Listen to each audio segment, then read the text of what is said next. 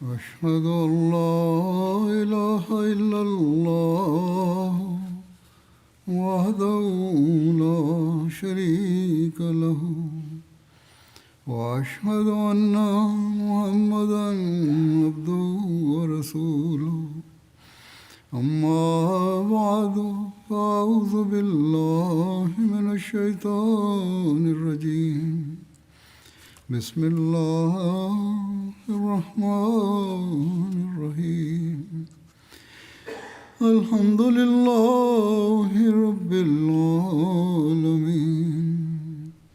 الرحمن الرحيم مالك يوم الدين إياك نعبد وإياك نستعين اهدنا الصراط المستقيم صراط الذين أنعمت عليهم غير المغضوب عليهم ولا الضالين.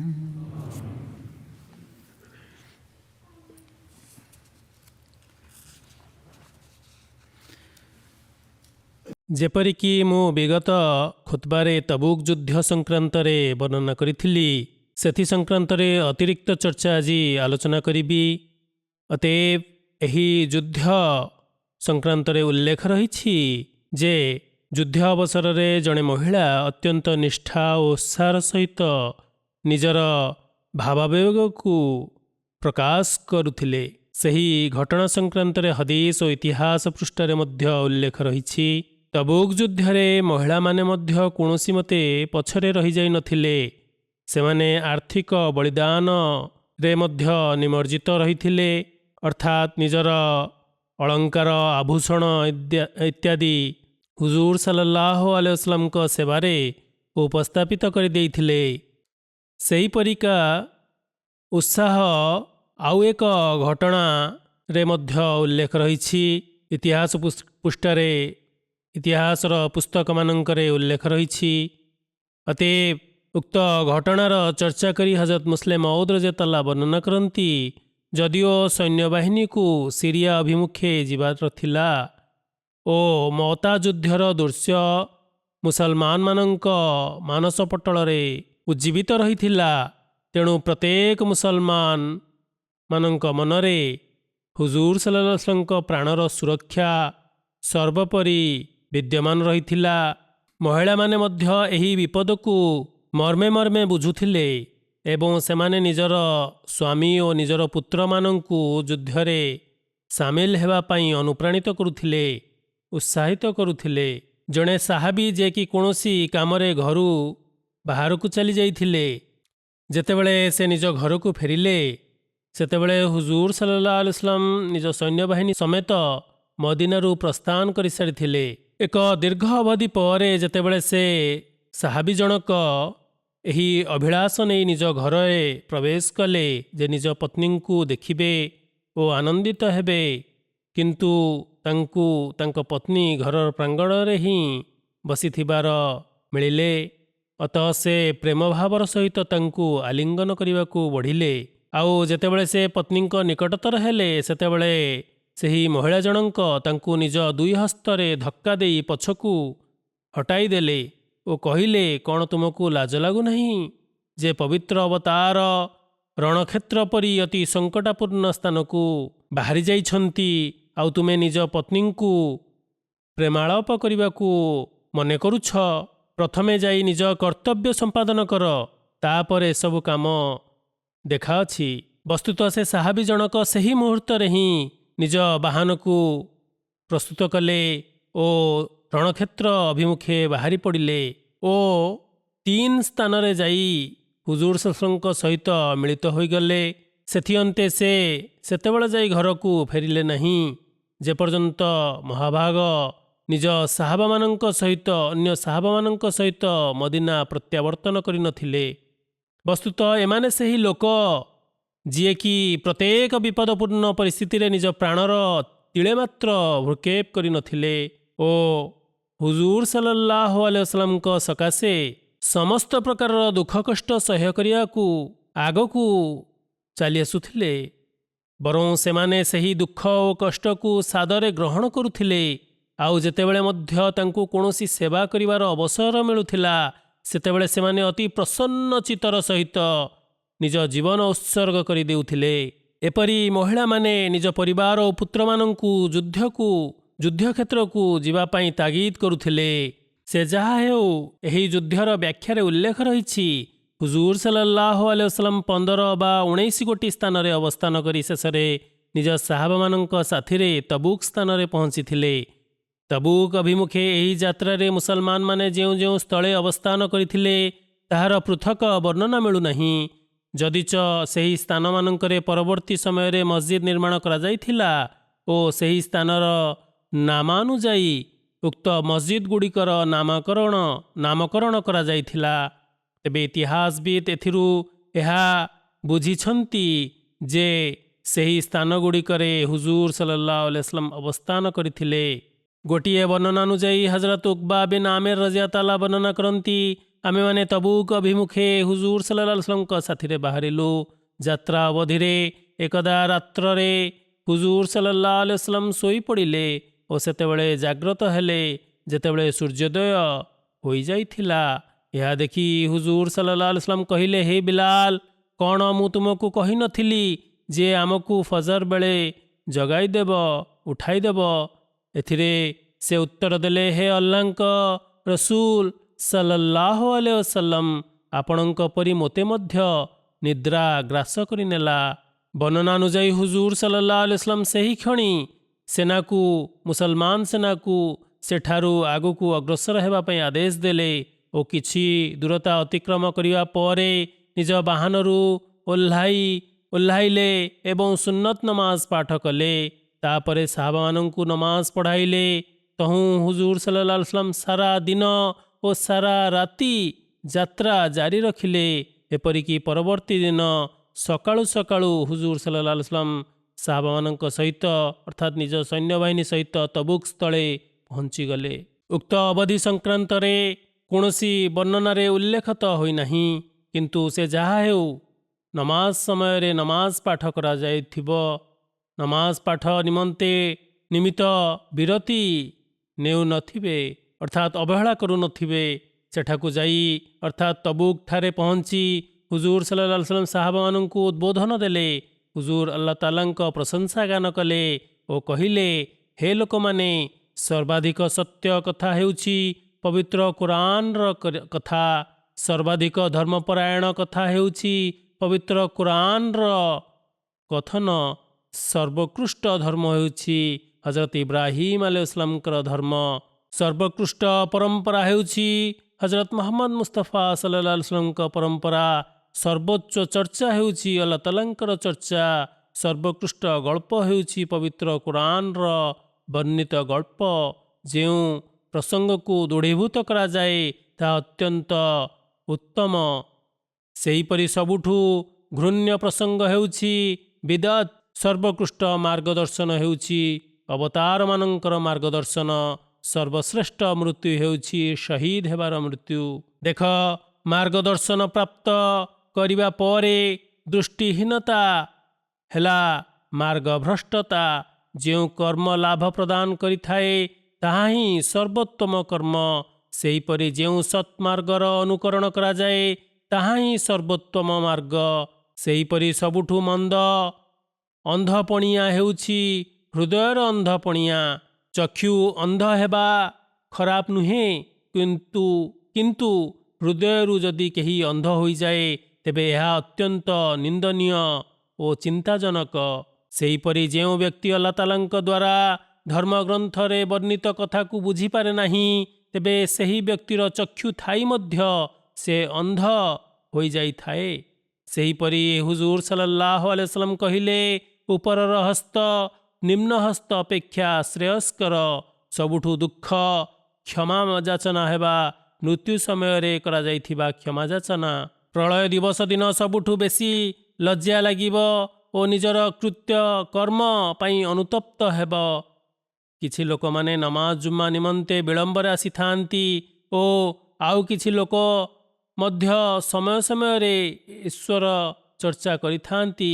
ମହାପାପ ମଧ୍ୟରୁ ଅନ୍ୟତମ ପାପ ହେଉଛି ମିଥ୍ୟା କଥନ, ମିଥ୍ୟା ବଚନ। ସର୍ବୋତ୍ତମ ଧନାଢ଼୍ୟ ହେଉଛି ହୃଦୟର ଧନାଢ଼୍ୟତା। ହୁଜୁର ସଲ୍ଲଲ୍ଲାହୁ ଆଲୈହି ወସଲ୍ଲମ ନମାଜ ଜୁମ୍ମାରେ ବିଳମ୍ବରେ ଆସୁଥିବା ଲୋକମାନଙ୍କୁ ମଧ୍ୟ ପସନ୍ଦ କରୁନଥିଲେ। ସେହିପରି ହୁଜୁର ସଲ୍ଲଲ୍ଲାହୁ ଆଲୈହି वसल्लम କହିଲେ, ସର୍ବୋତ୍ତମ ଧନାଢ଼୍ୟତା ହେଉଛି ହୃଦୟର ଧନାଢ଼୍ୟତା। ସର୍ବୋତ୍ତମ ପାଥେୟ ହେଉଛି ଧର୍ମପରାୟଣତା।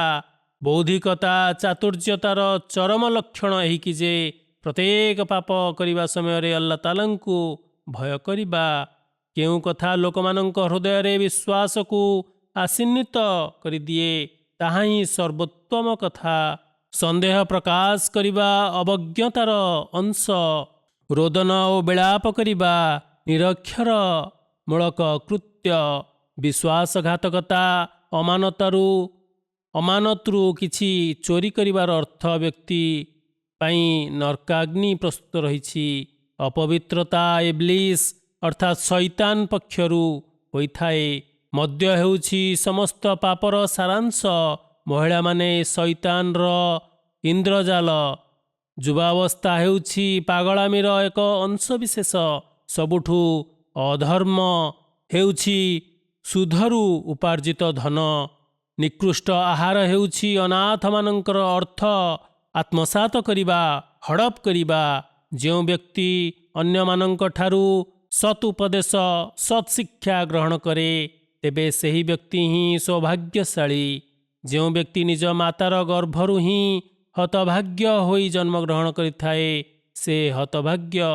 ତୁମମାନଙ୍କ ମଧ୍ୟରୁ ପ୍ରତ୍ୟେକ ବ୍ୟକ୍ତି 4 ହାତ ଥିବା ସ୍ଥାନ ମଧ୍ୟକୁ ଅର୍ଥାତ୍ କବରକୁ ଅବଶ୍ୟ ଚାଲିଯିବ। ଅର୍ଥାତ୍ ମୃତ୍ୟୁ ନିରାଟ ସତ୍ୟ। ସମସ୍ତ ପ୍ରସଙ୍ଗ କର୍ମ ଶେଷ ଦିବସ ଉପରେ ହିଁ ନିର୍ଭରଶୀଳ। ପରିଣାମ ଓ ଫଳାଫଳ କର୍ମ ଉପରେ ହିଁ ନିର୍ଭର କରିଥାଏ।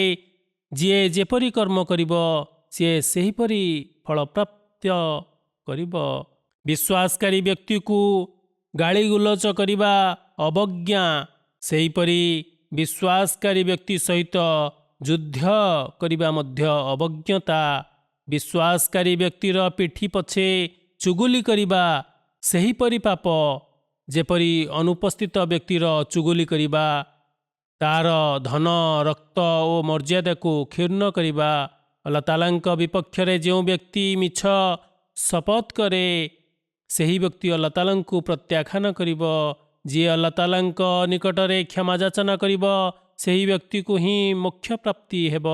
ଯିଏ ନିଜର ଭାଇକୁ କ୍ଷମା ପ୍ରଦାନ କରିଦେବ, ଆଲ୍ଲାହ ତାଆଲା ସେହି ବ୍ୟକ୍ତିକୁ କ୍ଷମା କରିଦେବେ।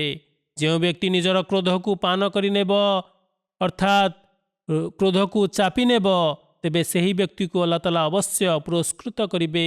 ଯେଉଁ ବ୍ୟକ୍ତି ବିପତ୍ତି ସମୟରେ ଧୈର୍ଯ୍ୟ ପ୍ରଦର୍ଶନ କରିବ, ଆଲ୍ଲାହ ତାଆଲା ସେହି ବ୍ୟକ୍ତିକୁ ଅବଶ୍ୟ ଉତ୍ତମ ପ୍ରତିଫଳ ପ୍ରଦାନ କରିବେ।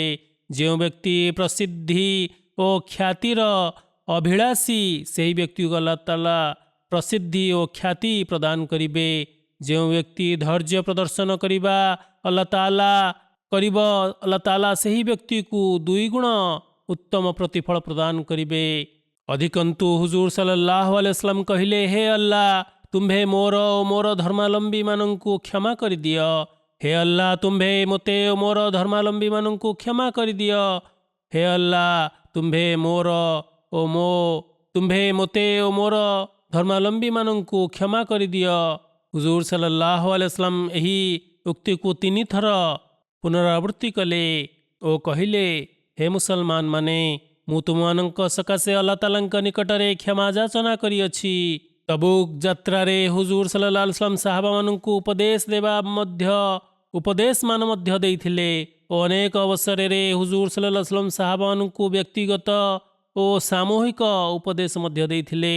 ତନ୍ମଧ୍ୟରୁ କେତେକ ଉପଦେଶାବଳୀର ଚର୍ଚ୍ଚା କରିଦେଉଛି। ହଜରତ ଅବୁ ସঈଦ୍ ଖୁଦରୀ ରଜିୟଲ୍ଲାହୁ ବର୍ଣ୍ଣନା କରନ୍ତି, ତବୁକ୍ ଯୁଦ୍ଧ ବର୍ଷ ହୁଜୁର ସଲ୍ଲଲ୍ଲାହୁ ଆଲୈହି वसल्लम ନିଜର ବାହନ ସହିତ ଆଉଜି ଲୋକମାନଙ୍କୁ ଉଦ୍ବୋଧନ ଦେଉଥିଲେ। ହୁଜୁର ସଲ୍ଲଲ୍ଲାହୁ ଆଲୈହି वसल्लम କହିଲେ, ହେ ଲୋକମାନେ, ମୁଁ ତୁମମାନଙ୍କୁ ସର୍ବୋତ୍ତମ ବ୍ୟକ୍ତି ସମ୍ପର୍କରେ ସୂଚନା ପ୍ରଦାନ କରିବି ନାହିଁ? ଲୋକମାନେ କହିଲେ, କାହିଁକି ନୁହେଁ, ଅବଶ୍ୟ କୁହନ୍ତୁ। हुजूर सल्लल्लाहु अलैहि वसल्लम कहिले, सर्वोत्तम व्यक्ति ହେଉଛି ସେହି ବ୍ୟକ୍ତି ଯିଏ ନିଜ ଅଶ୍ୱର ପିଠି ଉପରେ ଆରୋହଣ କରି କିମ୍ବା ପାଦରେ ଚାଲି ପଦଯାତ୍ରା କରି ଆଲ୍ଲାହ ତାଆଲାଙ୍କ ମାର୍ଗରେ କାର୍ଯ୍ୟ କରିଥାଏ ଏପର୍ଯ୍ୟନ୍ତ କି ସେହି ବ୍ୟକ୍ତିର ମୃତ୍ୟୁ ଆସିଯାଏ। ନିଃସନ୍ଦେହ ରୂପେ ଲୋକମାନଙ୍କ ମଧ୍ୟରୁ ସର୍ବନିକୃଷ୍ଟ ହେଉଛି ସେହି ବ୍ୟକ୍ତି ଯିଏ ଆଲ୍ଲାହ ତାଆଲାଙ୍କର ଧର୍ମଗ୍ରନ୍ଥକୁ ତ ପାଠ କରେ କିନ୍ତୁ ନିଜର ମୂର୍ଖତା ଓ ନିରକ୍ଷରତାକୁ ପରିତ୍ୟାଗ କରି ତାହାକୁ କୌଣସି କଥା ଆଡ଼କୁ ପ୍ରତ୍ୟାବର୍ତ୍ତନ କରିନଥାଏ, ଅର୍ଥାତ୍ ଆଲ୍ଲାହ ତାଆଲାଙ୍କ କଥା ଆଡ଼କୁ ଫେରି ନଥାଏ, ତାଙ୍କ ଆଦେଶ ପାଳନ କରିନଥାଏ। ବର୍ତ୍ତମାନ ଦେଖନ୍ତୁ, ଅନେକ ଲୋକମାନେ ଆଜିକାଲି ପବିତ୍ର କୁରାନ କରିମ୍ ପାଠ କରିବାର ଦମ୍ଭୋକ୍ତି ପ୍ରକାଶ କରିଥାନ୍ତି କିନ୍ତୁ ସେମାନେ ପବିତ୍ର କୁରାନର ଆଦେଶାବଳୀ ଉପରେ କୌଣସି କାର୍ଯ୍ୟାନୁସରଣ କରନ୍ତି ନାହିଁ। ହଜରତ ଇବ୍ନେ ଆବ୍ବାସ ରଜିୟଲ୍ଲାହୁ ବର୍ଣ୍ଣନା କରନ୍ତି, ହୁଜୁର ସଲ୍ଲଲ୍ଲାହୁ ଆଲୈହି ವಸಲ್ಲମ ତବୁକ ଯୁଦ୍ଧରେ ସାହାବାମାନଙ୍କୁ ସମ୍ବୋଧିତ କରି କହିଲେ, ଲୋକମାନଙ୍କ ମଧ୍ୟରେ ସେହି ବ୍ୟକ୍ତି ଆଦର୍ଶ ଯିଏ ନିଜ ଅଶ୍ୱ ଉପରେ ଆରୋହଣ କରି ଆଲ୍ଲାହ ତାଆଲାଙ୍କ ମାର୍ଗରେ ଜିହାଦ କରେ, ଲୋକମାନଙ୍କ ଉପଦ୍ରବରୁ ସୁରକ୍ଷିତ ରହିଥାଏ। ଦ୍ୱିତୀୟତଃ ସେହି ବ୍ୟକ୍ତି ଯିଏ ନିଜର ସୁଖ ଓ ଆର୍ଥିକ ସ୍ୱଚ୍ଛଳ ସମୟରେ ଅନନ୍ୟ ରୂପେ ନିଜର ଅତିଥିମାନଙ୍କର ସତ୍କାର କରିଥାଏ ଓ ସେମାନଙ୍କର କର୍ତ୍ତବ୍ୟ ସମ୍ପାଦନ କରିଥାଏ। ଇତ୍ୟାବସରରେ ହରକଲ ଯିଏକି ରୋମର ସମ୍ରାଟ ଥିଲା, ଇସଲାମ ଧର୍ମର ସନ୍ଦେଶ ତାହା ନିକଟକୁ ପହଞ୍ଚାଇବାର ମଧ୍ୟ ଚର୍ଚ୍ଚା ଉଲ୍ଲେଖ ରହିଛି।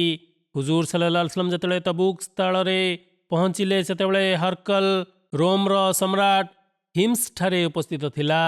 ହୁଜୁର ସଲ୍ଲଲ୍ଲାହୁ ଆଲୈହି वसल्लम କହିଲେ, ଯେଉଁ ବ୍ୟକ୍ତି ମୋ ଦ୍ୱାରା ଲିଖିତ ପତ୍ର କେସର ପର୍ଯ୍ୟନ୍ତ ନେଇଯିବ ବୈକୁଣ୍ଠ ତା ପାଇଁ ଅନିବାର୍ଯ୍ୟ ହୋଇଯିବ। ଜଣେ ବ୍ୟକ୍ତି କହିଲା, ହେ ଆଲ୍ଲାହଙ୍କ ବାର୍ତ୍ତାବହ, ଯଦି ହରକଲ ସେହି ଇସଲାମ ଧର୍ମ ସ୍ୱୀକାର ନ କଲା ତେବେ ମଧ୍ୟ ସେହି ବ୍ୟକ୍ତି ସ୍ୱର୍ଗବାସୀ ହେବ। ସେ ଯାହା ହେଉ, ହୁଜୁର ସଲ୍ଲଲ୍ଲାହୁ ଆଲୈହି वसल्लमଙ୍କ ସନ୍ଦେଶ ନେଇ ହରକଲ ପାଖକୁ ସେ ଗଲେ ଓ ହରକଲକୁ ଉକ୍ତ ପତ୍ରଟି ପ୍ରଦାନ କଲେ। ହରକଲ ସେହି ପତ୍ରକୁ ପାଠ କଲା ଓ କହିଲା, ହେ ମୁସଲମାନ ବ୍ୟକ୍ତି, ତୁମେ ନିଜର ବାର୍ତ୍ତାବହଙ୍କ ପାଖକୁ ଚାଲିଯାଅ ଓ ନିଜର ବାର୍ତ୍ତାବହଙ୍କୁ ସନ୍ଦେଶ ଦିଅ ଯେ ମୁଁ ଅମକ ଧର୍ମର ଅନୁଗାମୀ କିନ୍ତୁ ମୁଁ ନିଜର ରାଜ୍ୟକୁ ପରିତ୍ୟାଗ କରିପାରିବି ନାହିଁ। ତେବେ ସେ କିଛି ଦିନାର ଅର୍ଥାତ୍ ରାଶି ଅର୍ଥ ପ୍ରଦାନ କରି ସେ ତାହାଙ୍କୁ ପଠାଇ ଦେଇଥିଲେ ହୁଜୁର ସଲ୍ଲଲ୍ଲାହୁ ଆଲୈହି वसल्लमଙ୍କ ନିକଟକୁ। ଅତଏବ ସେହି ବ୍ୟକ୍ତି ହୁଜୁର ସଲ୍ଲଲ୍ଲାହୁ ଆଲୈହି वसल्लमଙ୍କ ନିକଟକୁ ଫେରି ଆସିଲେ ଓ ସମସ୍ତ ଘଟଣାର ବୃତ୍ତାନ୍ତ କଲେ। ଏହା ଶୁଣି ହୁଜୁର ସଲ୍ଲଲ୍ଲାହୁ ଆଲୈହି वसल्लम କହିଲେ, ହରକଲ ମିଛ କହିଛି। ତାପରେ ହୁଜୁର ସଲ୍ଲଲ୍ଲାହୁ ଆଲୈହି वसल्लम ସେହି ରାଶିକୁ, ସେହି ଅର୍ଥକୁ ଲୋକମାନଙ୍କ ମଧ୍ୟରେ ବାଣ୍ଟି ଦେଲେ। ତେବେ ଉଲ୍ଲେଖ ରହିଛି ଯେ ସେହି ସନ୍ଦେଶଟି ହଜରତ ଦହିୟା ରଜିୟଲ୍ଲାହୁ ନେଇ ହରକଲ ନିକଟକୁ ଯାଇଥିଲେ ଆଉ ହୁଜୁର ସଲ୍ଲଲ୍ଲାହୁ ଆଲୈହି वसल्लम ହଜରତ ଦହିୟା ରଜିୟଲ୍ଲାହୁଙ୍କ ହସ୍ତରେ 6 ହିଜ୍ରୀରେ ସେହି ସନ୍ଦେଶ ହରକଲ ନିକଟକୁ ପ୍ରେରଣ କରିଥିଲେ। ଅତଏବ ଉକ୍ତ ପତ୍ର ମୁହର୍ରମ ମାସ 7 ହିଜ୍ରୀରେ ତାହାକୁ ପ୍ରାପ୍ତ ହୋଇଥିଲା। ଇମାମ ଇବ୍ନେ ହିଜ୍ର କିତାବୁଲ ମୁଗାଜି ଓ ଜୀବନୀର ପୁସ୍ତକରେ କେତେକ ବର୍ଣ୍ଣନାର ପ୍ରାମାଣ୍ୟରୁ ଏହି ଚିନ୍ତାଧାରା ବ୍ୟକ୍ତ କରିଛନ୍ତି ଯେ ହୁଜୁର ସଲ୍ଲଲ୍ଲାହୁ ଆଲୈହି वसल्लम ଯେତେବେଳେ ତବୁକ ଠାରେ ଥିଲେ ସେତେବେଳେ ହୁଜୁର କେସରର ସମ୍ରାଟ ନିକଟକୁ ପତ୍ର ପ୍ରେରଣ କରିଥିଲେ। ଇମାମ ଇବ୍ନେ ହିଜର ଏହି ଚିନ୍ତାଧାରା ପୁଷ୍ଟି କରିଛନ୍ତି ଯାହାକି 1941 ମସିହାରେ ପ୍ରକାଶିତ ହୋଇଥିଲା। ସେହି ପୁସ୍ତକର ନାମ ଜୁ ଖୁସୁବ ଫିଫା ଜୁଲ ମରଉ ରୁକା ୱାଦିୟତୁଲ କୁରା ସঈଦ ହିଜ୍ର ସଦରେ ହୌଜା ଜୁଲ ଜୈଫା ଶିକ୍କା ତାରା अल बतरा इत्यादि मजमुआ अल वासाइकु अस सियासत्ता लिल अहदीन नवी वल खिलाफतुर राशिदतु ଏହି ଗ୍ରନ୍ଥର ଲେଖକ ଡାକ୍ତର ହମିଦୁଲ୍ଲା ଅଟନ୍ତି। ତହିଁରେ ହୁଜୁର ସଲ୍ଲଲ୍ଲାହୁଙ୍କ କାଳଠାରୁ ଆରମ୍ଭ କରି ଖୋଲଫାଏ ରାଶିଦିନଙ୍କ କାଳ ପର୍ଯ୍ୟନ୍ତ ଐତିହାସିକ ଓ ରାଜନୈତିକ ପ୍ରତିଷ୍ଠାର ଚର୍ଚ୍ଚା ଉଲ୍ଲେଖ ରହିଛି। ସେ ଯାହା ହେଉ, ଏହି ପ୍ରମାଣ ଉକ୍ତ ପୁସ୍ତକରେ ଉଲ୍ଲେଖ ରହିଛି। ତଦନୁଯାୟୀ 2ଟି ପତ୍ର କେସର ରୋମକୁ ପ୍ରେରଣ କରାଯାଇଥିଲା।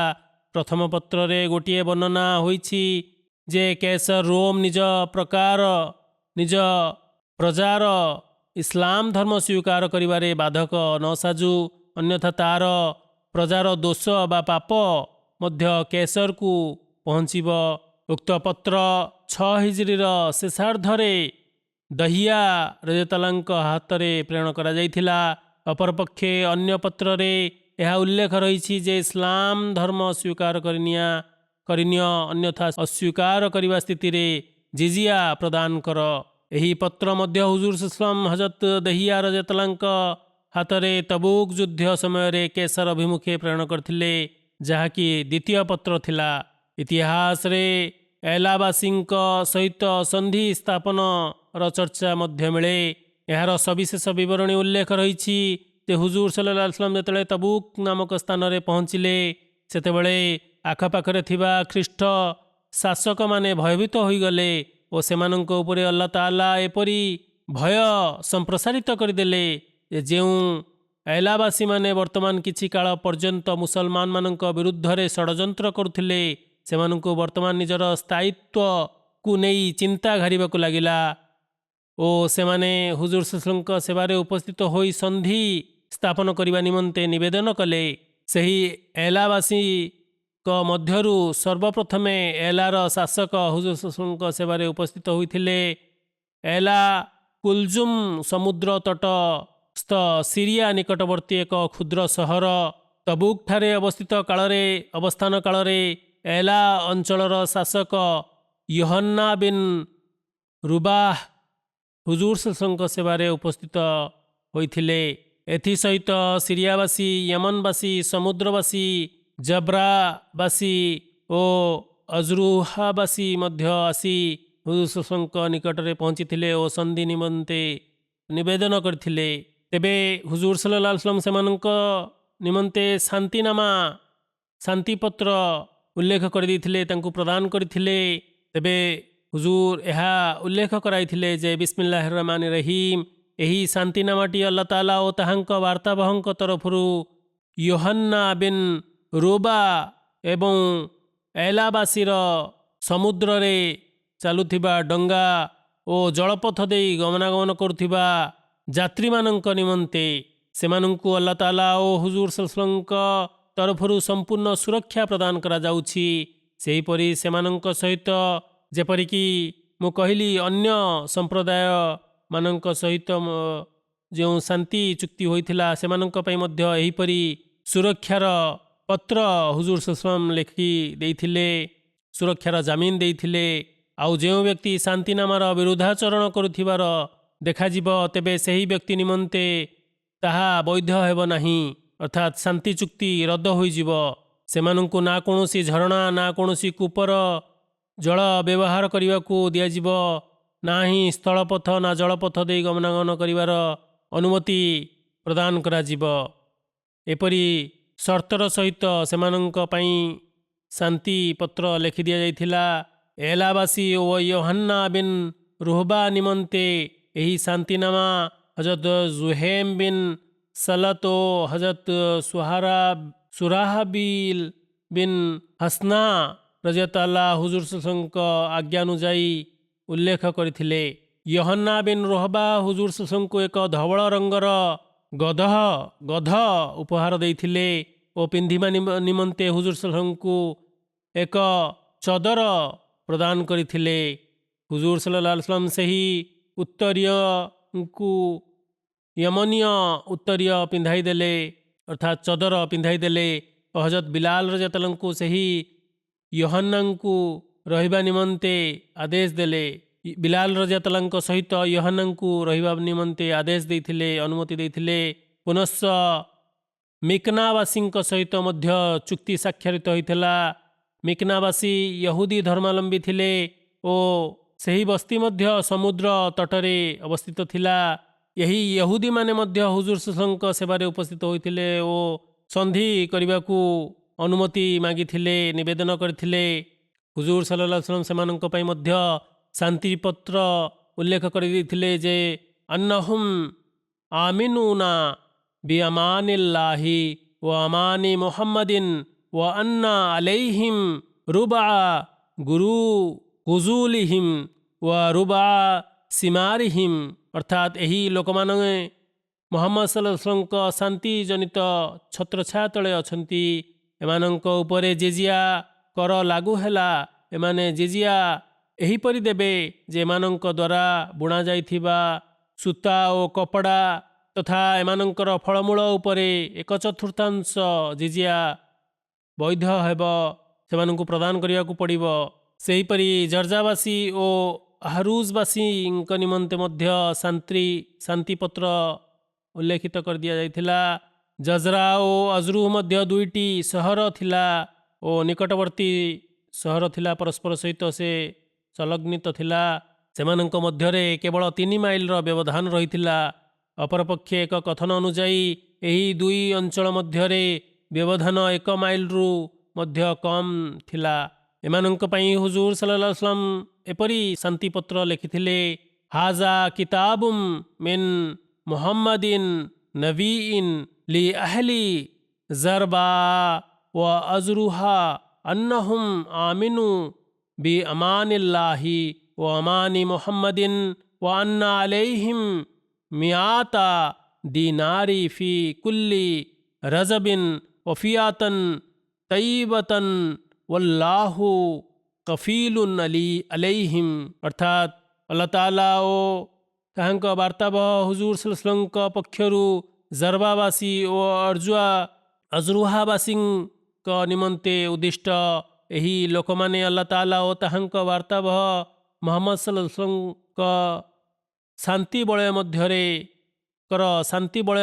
ଶାନ୍ତି ଅର୍ଥାତ୍ ସୁରକ୍ଷା ବଳୟ ମଧ୍ୟରେ ରହିଛନ୍ତି।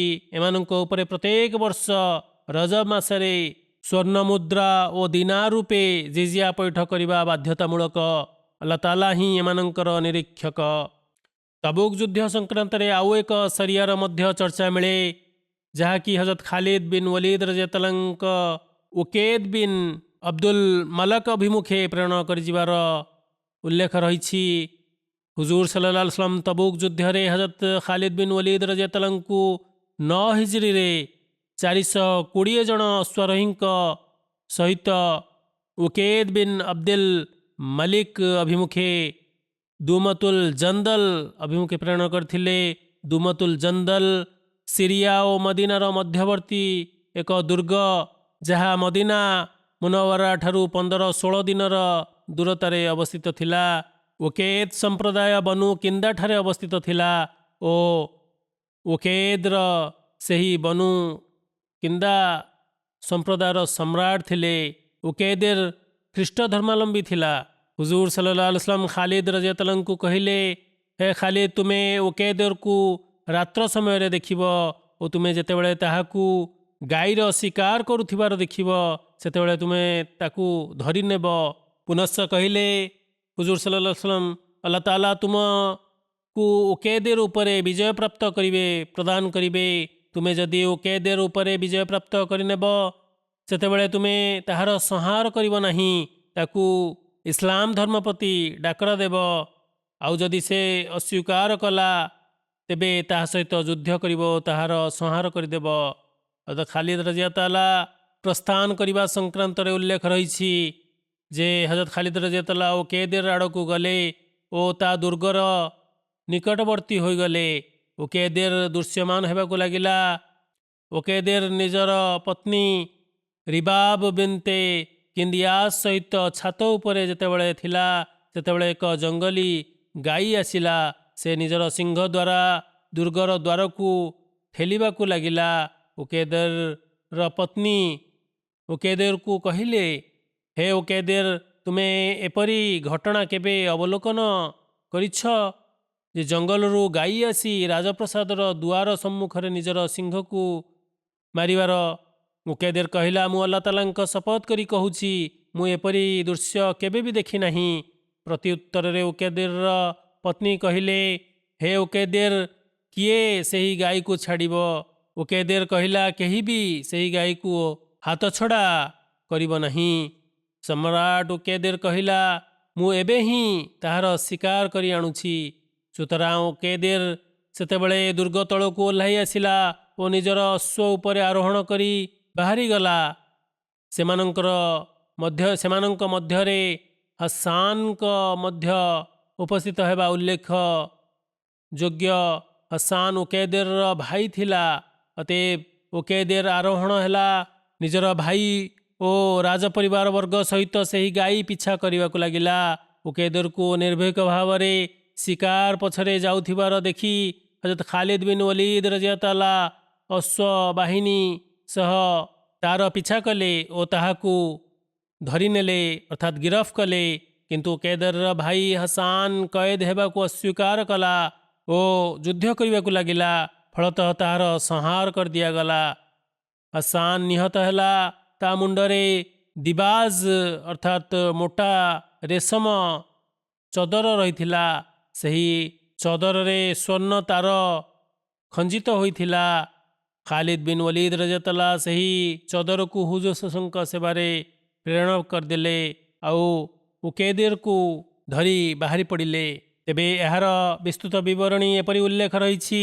जेतेबेले उकेदेर को बंदी करी नियागला ओ तार भाई हसान रो संहार कर दियागला, सेतेबेले हजरत खालिद बिन वलीद रजियल्लाहु अन्हु उकेदेर को कहिले, कौन मु तुमको यही शर्त रे आश्रय देवी नहीं जे तुमको धरी हुजूर सम्मुखरे उपस्थित करदेवी ओ तुमे मते दुमतुल जंदल जय कराई दियो। अर्थात दुमतुल जंदल जय करिबा शर्त रे तांकू उकेदेर को हजरत खालिद रजियल्लाहु अन्हु आश्रय देवार प्रतिश्रुति करथिले। तेबे हजरत खालिद रजियल्लाहु अन्हु उकेदेर को नहीं दुर्ग निकट में पहुँचिले। उकेदेर निजर परिवार वर्ग को डाक मारिला। से माने दुर्गरे द्वार खोलीदेले। सेतेबेले से माने द्वार खोलिबा को इच्छा प्रकाश कले। उकेदेर भाई मुजाद द्वार खोलिबा को अस्वीकार कला। उकेदेर हजरत खालिद रजियल्लाहु अन्हु कहिला, हे खालिद तुमे तो देखुछ जे से माने द्वार खोलु नहांती, कारण से माने मो हाथरे बेड़ी पड़ी थिबार देखी सारिलेणी। तेणु हजरत खालिद रजियल्लाहु अन्हु को से निवेदन कले जे मोते छाड़ी दियो। मु तुमको आश्रय नारे एकथा भरोसा देउछि जे मु तुम निमंते दुर्गर द्वार अवश्य खोलीदेवी, किंतु शर्त है कि जे तुमे मोर परिवार वर्गंक पक्षरु मो सहित संधि स्थापन करिनियो। हजरत खालिद रजियल्लाहु अन्हु कहिले, हे उकेदेर मु तो सहित संधि स्थापन करिनेबी। एपरी हजरत खालिद रजियल्लाहु अन्हु उकेदेर को शिकुली मुक्त करदेले अर्थात छाड़ीदेले। उकेदेर दुर्गर द्वार खोलीदेला और उकेदेर भाई मुजा को मध्य गिरफ कर नियागला और सही समय से समस्त वस्तु प्राप्त कर नियागला जो जिनिस को प्राप्त करने निमंते संधिनामार शर्तावली रे उल्लेख रही। मुसलमान मानंकु एही युद्धरे 200 ओट 800 दास 400 लोह कवच और 400 वर्षा प्राप्त होइथिला। सही माले गनिमत मध्यरु अल्लाह ताला और ताहांक वार्तावह निमंते 1/5 बाहर करी अन्य समस्त धन को सही युद्धरे अंशग्रहणकारी मध्यरे बांटी दियागला। तेबे उकेदेर और तार भाई हुजूर सल्लल्लाहु सेवारे उपस्थित हेबार मध्य चर्चा मिले। सही चर्चा एहीपरि उल्लेख रही। जाबिर रजियल्लाहु अन्हु वर्णना करती, जेतेबेले हजरत खालिद बिन वलीद रजियल्लाहु अन्हु उकेदेर को धरी आनिले, तेतेबेले मु देखिली स्वर्ण सुली लकेट और रेशम वस्त्र से परिधान करिथिला। अर्थात उकेदेर जेतेबेले से हुजूर सल्लल्लाहु अलैहि वसल्लम को देखिला, हुजूर सल्लल्लाहु अलैहि वसल्लम सम्मुखरे उपस्थित हला, से हुजूर को प्रणाम कला। हुजूर सल्लल्लाहु अलैहि वसल्लम उकेदेर को 2 थर नाना कहिले अर्थात से सजदा करने को लगी। हुजूर ताकू ताहा अर्थात सजदा करने को बारण करथिले। उकेदेर केतेक वस्तु हुजूर सल्लल्लाहु अलैहि वसल्लम को भेटी स्वरूप प्रदान कला। सही वस्तु मध्यरे जेबाइश नामक एक वस्त्र और एक गध मध्य रही। उकेदेर जिजिया देवा बोली କହିବାରୁ ହୁଜୁର ସଲ୍ଲଲ୍ଲାହୁ ତାହା ସହିତ ସନ୍ଧି କରିନେଲେ। ଇବ୍ନେ ଅସିର ରଜିୟତାଲାଙ୍କ ଅନୁଯାୟୀ ବର୍ଣ୍ଣନା ଅନୁଯାୟୀ ଉକେଦିରଙ୍କ ସମ୍ପ୍ରଦାୟର ଜିଜିଆ ରାଶିର ପରିଣାମ 300 ଦିନାର ଥିଲା। ଏପରି ଉକେଦିରକୁ ଏହି ସର୍ତ୍ତରେ ମୁକ୍ତ କରିଦିଆଯାଇଥିଲା ଓ ତାହା ସହିତ ଶାନ୍ତି ନାମା ସ୍ୱାକ୍ଷରିତ କରାଯାଇଥିଲା। ସେହି ଶାନ୍ତି ନାମାର ଶବ୍ଦାବଳୀ ଏଭଳି ରହିଥିଲା, ବିସ୍ମିଲ୍ଲାହିର୍ ରହମାନିର୍ ରହିମ୍। ଏହି ସନ୍ଧିପତ୍ର ମୁହମ୍ମଦ ସଲ୍ଲଲ୍ଲାହୁଙ୍କ ତରଫରୁ ହଜରତ ଖାଲିଦ ବିନ୍ ୱଲିଦ୍ ରଜିୟତାଲାଙ୍କ ମାଧ୍ୟମରେ ଉକେଦିର ନିମନ୍ତେ ଉଦ୍ଦିଷ୍ଟ, ଯିଏ ଇସଲାମ ଧର୍ମ ସ୍ୱୀକାର କରିନେଇଛି ଓ ପିତୁଳା ସହିତ ନିଜର ସମ୍ପର୍କକୁ ଛିନ୍ନ କରିନେଇଛି। ଏହି ଆଦେଶାବଳୀ ଦୁମତୁଲ ଜନ୍ଦଲ ଓ ତାହାର ଆଖପାଖ ଅଞ୍ଚଳର ଲୋକମାନଙ୍କ ସକାଶେ ଯେଉଁ ଭୂମି ଆମମାନଙ୍କ ନିମନ୍ତେ ଚାଷ ଉପଯୋଗୀ ନୁହେଁ, ସେହି ଜମି ଆମମାନଙ୍କ ନିମନ୍ତେ ଅଜ୍ଞାତ ଭୂମି, ବାସହୀନ ଭୂମି, ଅସ୍ତ୍ରଶସ୍ତ୍ର ଓ ଓଟ ଓ ଦୁର୍ଗ ଇତ୍ୟାଦି ମୁସଲମାନମାନଙ୍କୁ ପ୍ରାପ୍ତ ହେବ। ଅପରପକ୍ଷେ ସହରର ଅନ୍ୟ ଅଭ୍ୟନ୍ତରୀଣ ଭାଗରେ ଥିବା ଖଜୁରୀ କୋଳି ଝରଣା ନିକଟରେ ବାସୋପଯୋଗୀ ଭୂମି ତୁମମାନଙ୍କ ନିମନ୍ତେ ଉଦ୍ଦିଷ୍ଟ, କିନ୍ତୁ ପାଳିତ ଓ ଅପାଳିତ ଜୀବଜନ୍ତୁଙ୍କୁ ଗଣାଯିବ ନାହିଁ। ତୁମମାନଙ୍କୁ ଏଠାରେ ତୁମମାନଙ୍କର ଜୀବମାନଙ୍କୁ ଚରାଇବା ନିମନ୍ତେ ଅବରୋଧ କରାଯିବ ନାହିଁ। କେହି ତୁମମାନଙ୍କୁ ଜୀବ ଚରାଇବାକୁ ବାରଣ କରିବେ ନାହିଁ, ଅଟକାଇବେ ନାହିଁ। ତୁମେମାନେ ଯଥା ସମୟରେ ନମାଜ ପାଠ କରିବ, ସମ୍ପୂର୍ଣ୍ଣ ରୂପେ ଜକାତ ପ୍ରଦାନ କରିବ। ତବୁକ ଯୁଦ୍ଧ ଅବସରରେ ଜଣେ ମହିଳାଙ୍କ ବିୟୋଗ ଓ ତାହାଙ୍କର ଜନାଜା ତଥା କବର ଦେବାର ଚର୍ଚ୍ଚା ମଧ୍ୟ ମିଳେ। ସେହି ଜନାଜାକୁ ଦେଖି କେତେକ ସାହାବାମାନେ ଏହି ଇଚ୍ଛା ପ୍ରକାଶ କରିଥିଲେ ଯେ ଏପରି ହୁଅନ୍ତା କି ସେହି ଜନାଜା ଓ କବରରେ ଆମେ ଥାଆନ୍ତୁ। ସୁତରାଂ ହଜରତ ଅବଦୁଲ୍ଲା ବିନ୍ ମସୁଦ ରଜିୟତାଲ୍ଲାହୁ ବର୍ଣ୍ଣନା କରନ୍ତି, ଏକଦା ମୁଁ ତବୁକ ଯୁଦ୍ଧରେ ହୁଜୁର ସଲ୍ଲଲ୍ଲାହୁଙ୍କ ସହିତ ଥିଲି। ଦିନେ ମୁଁ ଅଧରାତ୍ରିରେ ଯେତେବେଳେ ନିଦରୁ ଉଠିଲି, ସେତେବେଳେ ମୁଁ ସୈନ୍ୟବାହିନୀର ଏକ ପାର୍ଶ୍ୱରେ ଅଗ୍ନି ଜଳୁଥିବାର ଦେଖିଲି। ସୁତରାଂ ମୁଁ ସେହି ଆଡ଼କୁ ଚାଲିଗଲି। କ'ଣ ଦେଖିଲି ଯେ ମୁଁ ହୁଜୁର ସଲ୍ଲଲ୍ଲାହୁ, ହଜରତ ଅବୁ ବକର ରଜିୟତାଲ୍ଲାହୁ, ହଜରତ ଉମର ରଜିୟତାଲ୍ଲାହୁ ସେହି ନିଆଁ ପାଖରେ ଛିଡ଼ା ହୋଇଛନ୍ତି। ମୁଁ ଦେଖିଲି ହଜରତ ଜୁଲ ବିଜାଦେନ୍ ମୁଜନି ରଜିୟତାଲ୍ଲାହୁଙ୍କ ବିୟୋଗ ହୋଇଛି ଓ ଲୋକମାନେ ତାଙ୍କର କବର ଖୋଳୁଛନ୍ତି। ହୁଜୁର ସଲ୍ଲଲ୍ଲାହୁ ସେତେବେଳେ କହୁଥିଲେ, ତୁମେ ଦୁହେଁ ନିଜର ଏହି ଭାଇଙ୍କୁ ମୋ ପାଖକୁ କର। ଅତଏବ ସେମାନେ ଦୁହେଁ ହଜରତ ଜୁଲ ବଜାଦେନ୍ ମୁଜନି ରଜିୟତାଲ୍ଲାହୁଙ୍କ ପାର୍ଥିବ ଶରୀରକୁ ହୁଜୁର ସଲ୍ଲଲ୍ଲାହୁଙ୍କ ହାତକୁ ଟେକିଦେଲେ। ହୁଜୁର ତାଙ୍କର ମର ଶରୀରକୁ କବର ମଧ୍ୟରେ ରଖିଲେ ଓ ଏହି ଦୁଆ କଲେ, ଆଲ୍ଲାହୁମ୍ମା ଇନ୍ନି ଅମସୈତୁ ରାଜିଆନ୍ ଆନହୁ ଫର୍ଜା ଆନହୁ, ଅର୍ଥାତ୍ ହେ ଆଲ୍ଲାହ, ମୁଁ ଏହି ଅବସ୍ଥାରେ ନିଜର ସନ୍ଧ୍ୟା ସମୟକୁ ଅତିବାହିତ କରିଛି ଯେ ମୁଁ ଜୁଲ ବିଜାଦେନ୍ ଠାରୁ ପ୍ରସନ୍ନିତ। ତେଣୁ ହେ ଆଲ୍ଲାହ, ତୁମ୍ଭେ ବି ତାଙ୍କ ଉପରେ ପ୍ରସନ୍ନ ହୋଇଯାଅ। ହଜରତ ଅବଦୁଲ୍ଲା ବିନ୍ ମସୁଦ ରଜିୟତାଲ୍ଲାହୁ ବର୍ଣ୍ଣନା କରନ୍ତି, ମୁଁ ସେତେବେଳେ ଏହି ଅଭିଳାଷ କଲି ଯେ ଏଠାରେ ଅର୍ଥାତ୍ ସେହି କବରରେ ମୁଁ ଥାନ୍ତି କି, ଅର୍ଥାତ୍ ତାଙ୍କ ସ୍ଥାନରେ ମୋର ମୃତ୍ୟୁବରଣ ହୋଇଥାନ୍ତା କି, ଆଉ ହୁଜୁର ସଲ୍ଲଲ୍ଲାହୁଙ୍କର ଏପରି ଆଶୀର୍ବାଦ ମୋ ଉପରେ ହୋଇଥାନ୍ତା କି। ତେବେ ଉକ୍ତ ସାହାବୀ ଜଣକ ମକ୍କା ବିଜୟ ପରେ ଇସଲାମ ଧର୍ମ ସ୍ୱୀକାର କରିଥିଲେ। ସୁତରାଂ ସେ ଯେତେବେଳେ ଇସଲାମ ଧର୍ମ ସ୍ୱୀକାର କଲେ, ସେତେବେଳେ ତାଙ୍କର ଚଚା ଜୁଲ ବଜାଦେନ୍ ମୁଜନିଙ୍କ ଚଚା ତାଙ୍କଠାରୁ ସବୁକିଛି ଛଡ଼ାଇ ନେଲେ, ଏପର୍ଯ୍ୟନ୍ତ କି ପିନ୍ଧିଥିବା ଜାମା ମଧ୍ୟ ଟାଣି ନେଲେ। ଏହାପରେ ତାଙ୍କର ମାତା ଆସିଲେ ଓ ନିଜର ଚଦରକୁ 2 ଖଣ୍ଡ କରିଦେଲେ ଓ ଅବଦୁଲ୍ଲା ଗୋଟିଏ ଫାଳ ଚଦରକୁ ପାଜାମା ରୂପେ ବ୍ୟବହାର କଲେ, ଅନ୍ୟଟିକୁ ନିଜ ଉପରେ ଘୋଡ଼ାଇ ନେଲେ। ତାପରେ ସେ ହୁଜୁର ସଲ୍ଲଲ୍ଲାହୁଙ୍କ ସହିତ ଆସି ନମାଜ ପାଠ କଲେ।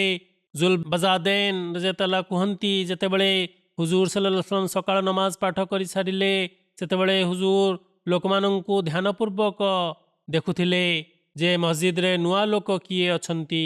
ହୁଜୁର ସଲ୍ଲଲ୍ଲାହୁ ହଜରତ ଅବଦୁଲ୍ଲାଙ୍କ ଆଡ଼କୁ ଯେତେବେଳେ ଦେଖିଲେ, ତାଙ୍କୁ ଅପରିଚିତ ମନେ କଲେ। ହୁଜୁର ସଲ୍ଲଲ୍ଲାହୁ ହଜରତ ଅବଦୁଲ୍ଲାଙ୍କୁ ପଚାରିଲେ ତୁମେ କିଏ?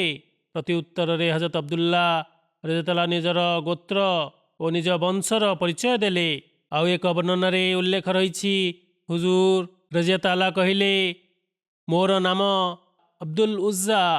ପ୍ରତି ଉତ୍ତରରେ ହୁଜୁର ସଲ୍ଲଲ୍ଲାହୁ କହିଲେ, ଆଚ୍ଛା ତୁମେ ଅବଦୁଲ୍ଲା ଜୁଲ ବଜାଦେନ ଅର୍ଥାତ୍ 2 ଖଣ୍ଡ ଚାଦର ପରିଧାନ କରିଥିବା ବ୍ୟକ୍ତି। ପ୍ରତି ଉତ୍ତରରେ ହୁଜୁର ସଲ୍ଲଲ୍ଲାହୁ କହିଲେ, ହେ ଅବଦୁଲ୍ଲା ଜୁଲ ବଜାଦେନ, ତୁମେ ମୋ ପାଖରେ ସବୁବେଳେ ରୁହ। ସୁତରାଂ ସେ ହୁଜୁର ସଲ୍ଲଲ୍ଲାହୁଙ୍କ ସାଥିରେ ହିଁ ରହିଥିଲେ। ସେ ପବିତ୍ର କୁରାନର ଅନେକ ଅଂଶ ମୁଖସ୍ଥ କରି ନେଇଥିଲେ। ତବୁକ ଯୁଦ୍ଧ ଅଭିମୁଖେ ସେ ହୁଜୁର ସଲ୍ଲଲ୍ଲାହୁଙ୍କ ସାଥିରେ ମଧ୍ୟ ବାହାରି ଯାଇଥିଲେ। ଏକଦା ସେ କହିଲେ, ହେ ଆଲ୍ଲାହଙ୍କ ବାର୍ତ୍ତାବହ, ମୋ ନିମନ୍ତେ ଶାହାଦତର ଦୁଆ କରନ୍ତୁ। ଅତଏବ ହୁଜୁର ସଲ୍ଲଲ୍ଲାହୁ ଯେତେବେଳେ ତବୁକ ଯୁଦ୍ଧ ଅଭିମୁଖେ ପ୍ରସ୍ଥାନ କଲେ, ସେତେବେଳେ ସେ କହିଲେ, ହେ ଆଲ୍ଲାହ, ମୁଁ ଏହି ରକ୍ତକୁ କ୍ଷତିପୂରଣ ସମ୍ମୁଖରେ ଅବୈଧ ବୋଲି ବିବେଚିତ କରୁଛି। ପ୍ରତି ଉତ୍ତରରେ ହଜରତ ଅବଦୁଲ୍ଲା କହିଲେ, ହେ ଆଲ୍ଲାହଙ୍କ ବାର୍ତ୍ତାବହ, ମୋର ଉଦ୍ଦେଶ୍ୟ ତ ଏହା ନଥିଲା। ହୁଜୁର ସଲ୍ଲଲ୍ଲାହୁ କହିଲେ, ଯଦି ତୁମେ ଆଲ୍ଲାହଙ୍କ ମାର୍ଗରେ ଜିହାଦ ନିମନ୍ତେ ବାହାର ଓ ତୁମେ ଜ୍ୱରରେ ଆକ୍ରାନ୍ତ ହୋଇଯାଅ ଓ ସେହି ଜ୍ୱରରେ ମୃତ୍ୟୁବରଣ କର, ତେବେ ମଧ୍ୟ ତୁମେ ଶହୀଦ ହେବ, ଶାହାଦତର ମର୍ଯ୍ୟାଦା ଲାଭ କରିବ। ତେବେ ତବୁକଠାରେ ପହଞ୍ଚିବା ମାତ୍ରେ କିଛି ଦିନ ପରେ ହଜରତ ଅବଦୁଲ୍ଲା ଜୁଲ ବଜାଦେନ ଅସୁସ୍ଥ ହୋଇଯାଇଥିଲେ ଓ ସେଇଥିରେ ହିଁ ତାଙ୍କର ବିୟୋଗ ହୋଇଥିଲା। ତବୁକ ଯୁଦ୍ଧ ଅବସରରେ ଆଉ ଜଣେ ସାହାବୀ ହଜରତ ଅବଦୁଲ୍ଲା ହଜରତ ମାୱିୟା ବିନ୍ ମାୱିୟା ମୁଜନି ରଜିୟଲ୍ଲାହୁଙ୍କର ଜନାଜା ପାଠ କରିବାର ମଧ୍ୟ ବର୍ଣ୍ଣନା ମିଳୁଅଛି।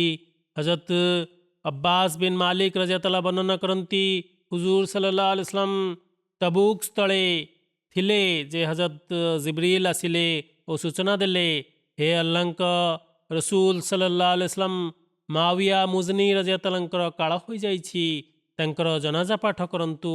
ପୁଣି କଶ୍ଫ ଅର୍ଥାତ୍ ଅର୍ଦ୍ଧଚେତନ ଅବସ୍ଥାରେ ଏହି ଅଲୌକିକ ଦୃଶ୍ୟ ହୁଜୁର ସଲ୍ଲଲ୍ଲାହୁ ଦେଖିଲେ ଯେ ତାଙ୍କ ଖଟିଆ ଯେଉଁଥିରେ ତାଙ୍କର ମରଶରୀର ରହିଥିଲା ଉପରକୁ ଊର୍ଦ୍ଧ୍ୱଗାମୀ କରାଗଲା ଓ ତାହା ହୁଜୁର ସଲ୍ଲଲ୍ଲାହୁଙ୍କ ସମ୍ମୁଖକୁ ଆସିଗଲା। ହୁଜୁର ତାଙ୍କର ଜନାଜା ପାଠ କରାଇଲେ ଓ ସେତେବେଳେ ହୁଜୁର ସଲ୍ଲଲ୍ଲାହୁଙ୍କ ସମ୍ମୁଖରେ ଫରିସ୍ତାମାନେ ମଧ୍ୟ ଧାଡ଼ି ବାନ୍ଧି ରହିଥିଲେ। ହୁଜୁର ସଲ୍ଲଲ୍ଲାହୁ ଆଲାଇହି वसल्लम ହଜରତ ଜିବ୍ରିଲ ରଜିୟଲ୍ଲାହୁଙ୍କୁ ପଚାରିଲେ, ଏହି ପଦମର୍ଯ୍ୟାଦା ଅର୍ଥାତ୍ ଉଚ୍ଚାସନ ତାଙ୍କୁ କିପରି ପ୍ରାପ୍ତ ହେଲା? ଏଥିରେ ହଜରତ ଜିବ୍ରିଲ ଆଲାଇହିସ୍ସଲାମ ଉତ୍ତର ଦେଲେ, ସେ ସୂରା ଆହାଦ ଅର୍ଥାତ୍ କୁଲ୍ ହୁ ଆଲ୍ଲାହୁ ଆହାଦକୁ ଗଭୀର ପ୍ରେମ କରୁଥିଲେ। ସେ ବସିବା, ଉଠିବା, ଆରୋହଣ କରିବା ଓ ପଦଯାତ୍ରା କରୁଥିବା ପ୍ରତ୍ୟେକ ଅବସ୍ଥାରେ ତାହାର ଆବୃତ୍ତି କରୁଥିଲେ। ଏହି ବର୍ଣ୍ଣନା ମଧ୍ୟ ମିଳୁଅଛି ଯେ ତବୁକ ସ୍ଥାନରେ ପହଞ୍ଚିବା ପରେ ଆଗକୁ ଅଗ୍ରସର ହେବା ସକାଶେ ହୁଜୁର ସଲ୍ଲଲ୍ଲାହୁ ସାହାବାମାନଙ୍କ ସହିତ ପରାମର୍ଶ କଲେ। ଏଥିରେ ହଜରତ ଉମର ରଜିୟଲ୍ଲାହୁ କହିଲେ, ହେ ଆଲ୍ଲାହଙ୍କ ରସୂଲ ସଲ୍ଲଲ୍ଲାହୁ ଆଲାଇହି वसल्लम, ରୋମୀମାନଙ୍କ ନିକଟରେ ବହୁ ସଂଖ୍ୟକ ସୈନିକ ରହିଛନ୍ତି। ସେମାନଙ୍କ ମଧ୍ୟରୁ କେହି ହେଲେ ମୁସଲମାନ ନାହାନ୍ତି, ଆଉ ଆମେ ସେମାନଙ୍କ ନିକଟକୁ ଆସିଯାଇଛେ। ହୁଜୁର ସ୍ୱୟଂ ସେମାନଙ୍କର ଏତେ ନିକଟତର ହେବା ହିଁ ସେମାନଙ୍କୁ ଭୟଭୀତ କରିଦେଇଛି। ତେଣୁ ଏହି ବର୍ଷ ଆମକୁ ଫେରିଯିବା ଉଚିତ। ଏପରିକି ଆମ ପାଇଁ କୌଣସି ସରଳ ମାର୍ଗ ଆଲ୍ଲାହ ତାଆଲା ଉନ୍ମୁକ୍ତ କରିଦେବେ ବା ପରାକ୍ରମୀ ଆଲ୍ଲାହ ତାଆଲା କୌଣସି ସହଜତା ଉତ୍ପନ୍ନ କରିଦେବେ।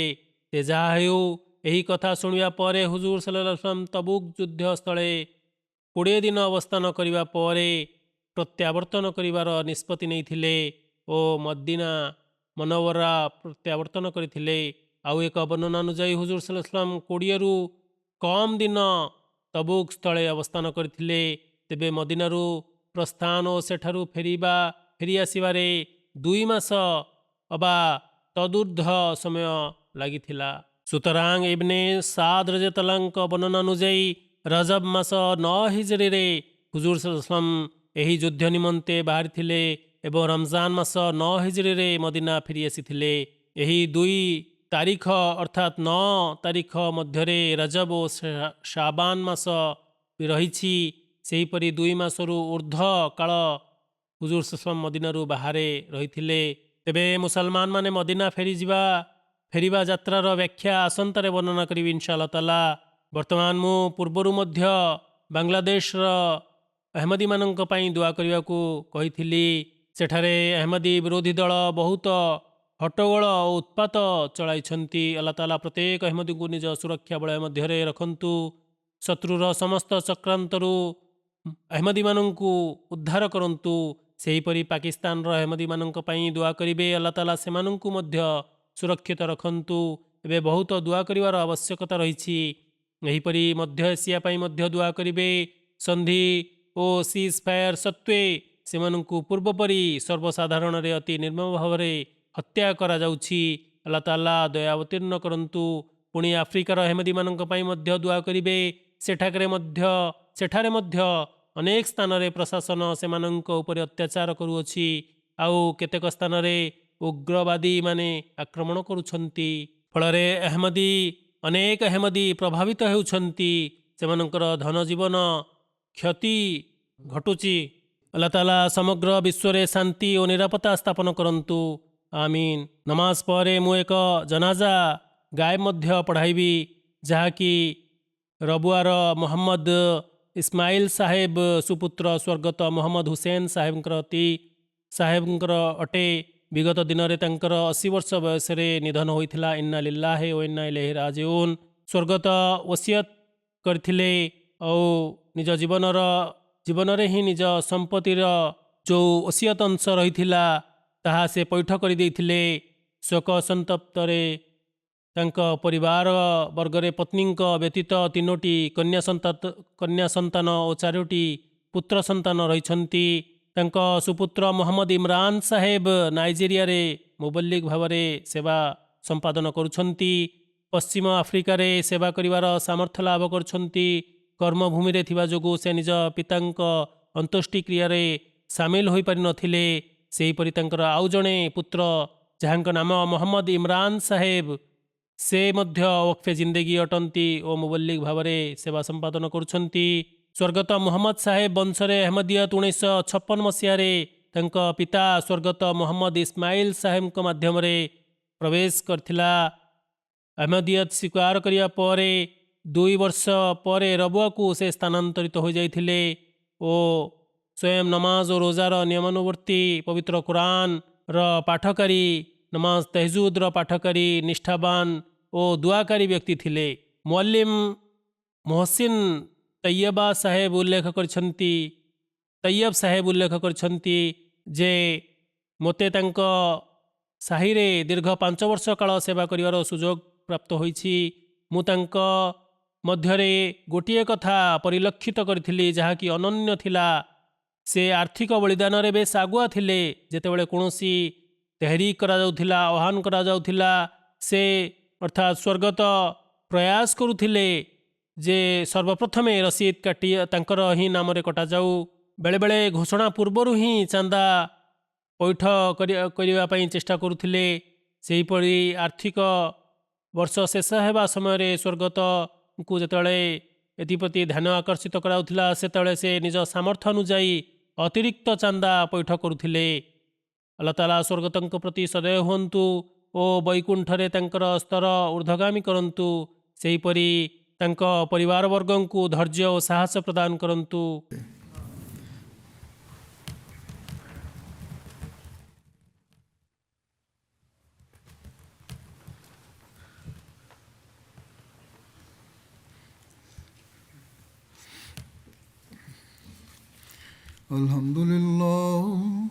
Alhamdulillah nahmaduhu wa nasta'inuhu wa nastaghfiruhu wa nu'minu bihi wa natawakkalu alayhi wa na'udhu billahi min shururi anfusina wa min sayyiati a'malina. Man yahdihillahu fala mudilla lahu ومن يضلل فلا هادي له ونشهد أن لا إله إلا الله ونشهد أن محمدا عبده ورسوله. عباد الله رحمكم الله إن الله يأمر بالعدل والإحسان وإيتاء ذي القربى وينهى عن الفحشاء والمنكر والبغي يعظكم لعلكم تذكرون اذكروا الله يذكركم وادعوه يستجب لكم ولذكر الله أكبر